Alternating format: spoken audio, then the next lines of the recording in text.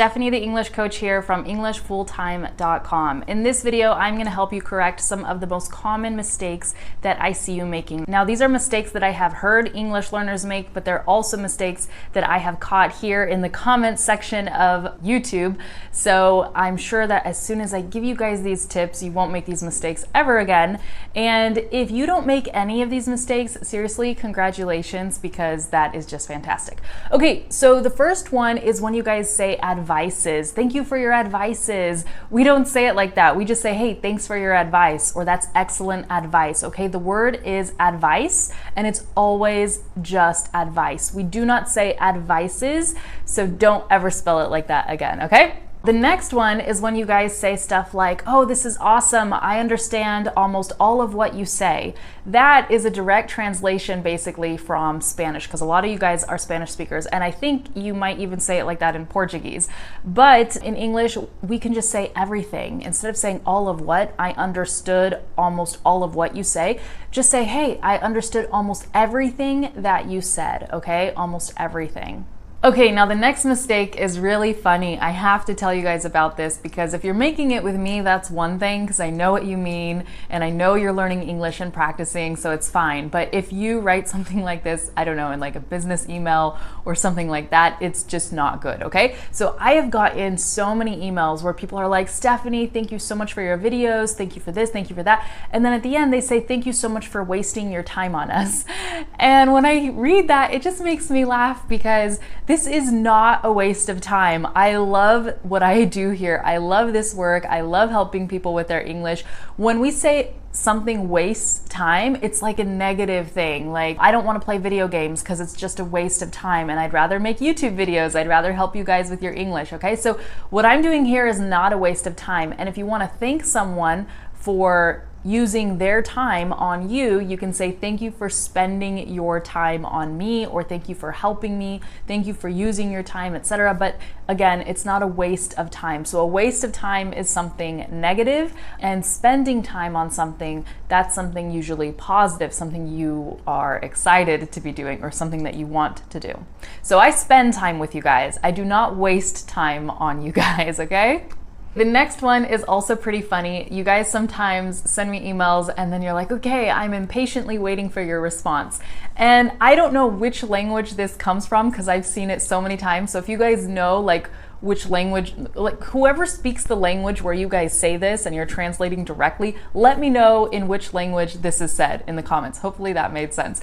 But that's not how we say it in English, okay? I don't say I'm impatiently waiting for your response because impatience is considered a negative thing, right? Now, we have other ways of saying this. We could say I'm excited to hear from you, or I'm looking forward to hearing from you, or I can't wait to hear from you, I look forward to your reply, etc., okay? Or you could just say, I'm patiently waiting for your response, okay? But even that is a little bit awkward in English, but at least it's better because it shows that you are being patient and not impatient. Because when you say you're impatiently waiting for something, that sounds demanding. It sounds like, hey, send it right away. Where is it? What's going on? Next, I've read some comments from some of you guys where you use the word met in a way that we do not use it in English. So one of the comments was, yeah, I met some cities in the USA. I went to LA, New York, etc.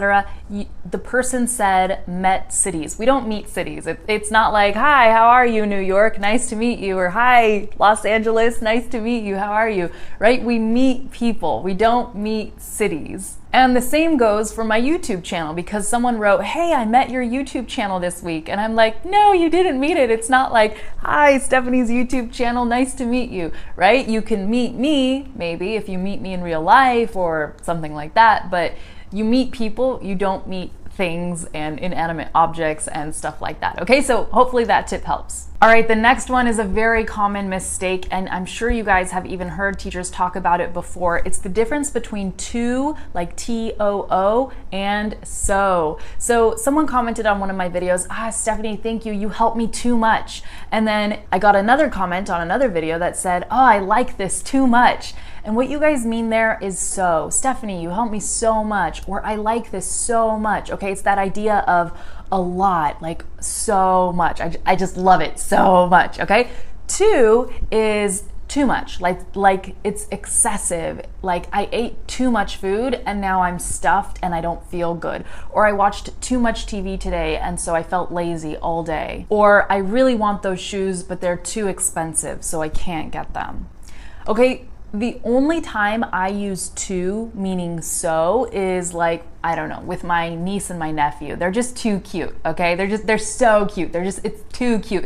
It's too much. I can't handle it. I love them so much and they're so adorable. They're just too cute, okay? Hopefully that explains the difference, because to is usually meant to mean excessive in a bad way, or there's something negative associated with it, unless you're using it in the way I used it with my niece and my nephew. But that's very rare. And I mean, sometimes I say something like, oh, he is just too funny, like too funny. I can't even handle it. He is too funny. All right, so you can use it like that, but in the way that you guys were using it, like I like this channel too much, or you help me too much, it just doesn't seem right, okay? So let me know in the comments if that made sense. Okay, the next one is when you guys say stuff like excellent your videos, right? In English, we don't say it like that. We would say your videos are excellent. Now, since I know Spanish, I know that this is a direct translation from Spanish and possibly from other languages as well, okay? So just remember that in sentences like this, we would put the subject first and then we would describe it, okay? Your videos are excellent. The kids are noisy. The TV is big. Okay? I sent an email today where I told a story. If you guys are not on my email list, you can jump on at englishfulltime.com. But anyway, in this email that I sent today, it was about a story, a funny and embarrassing story, something that happened to me. And someone replied and said, oh, that history was so funny. Thank you for sharing it. And that's because that's, again, a direct translation from Spanish. So remember that in English, we use the word story, okay? That was a great story. Thanks for sharing it. History is, stuff that happened in the past. Like, when you're in high school, you have to take history classes. You learn about history, okay? History and story are completely different.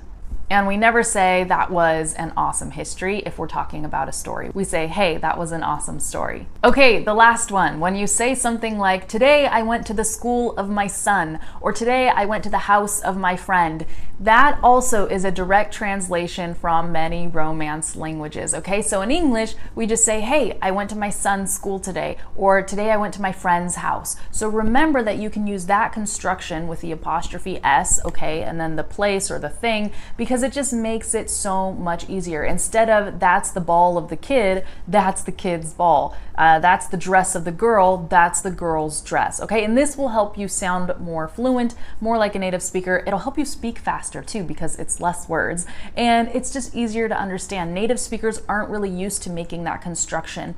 It's a more formal construction. Sometimes we do use it, like the principal of the school instead of the school's principal, okay? So sometimes we do use that construction, but in normal everyday conversation, most of the time we don't, okay? So that's it, you guys. I hope you found these advices helpful. I'm just kidding. I hope you found this advice helpful. Please let us know in the comments what you would like to add, okay? Common mistakes that English learners make in English. Some of these might be mistakes that you used to make that you no longer make, or maybe you can do a Google search real fast and whatever language you speak, Google, hey, common mistakes that Arabic speakers make in English, or common mistakes that Russian speakers make in English. By doing this Google search and by doing the analysis and reading the articles, you are going to be blown away. You're going to be like, oh my gosh, yeah, I make that mistake all the time. Or, oh, thank God I don't make that mistake. Or, hey, I learned about that years ago and now I don't do that. Perfect, okay? So please share your thoughts on this in the comment area. If you like this video, let me know. And of course, I can make more like this.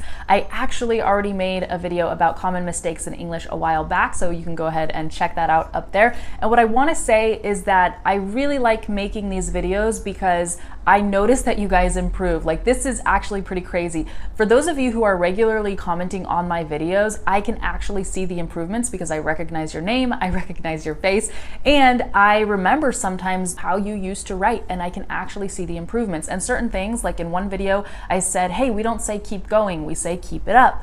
After that, nobody was making that mistake on my channel anymore, and it was so awesome to know that the tips that I'm giving you guys are actually helping. Okay, so that's it. Don't forget to check the description because I leave lots of links there. If you guys are wondering if I have online courses and programs, I absolutely do. So again, check the links if you want to learn more about them, and don't forget to sign up on my website, EnglishFullTime.com, if you'd also like to get my daily emails with stories, tips, and all kinds of stuff. Okay, that is it, you guys. Take care, and I'll see you in the next video. Bye.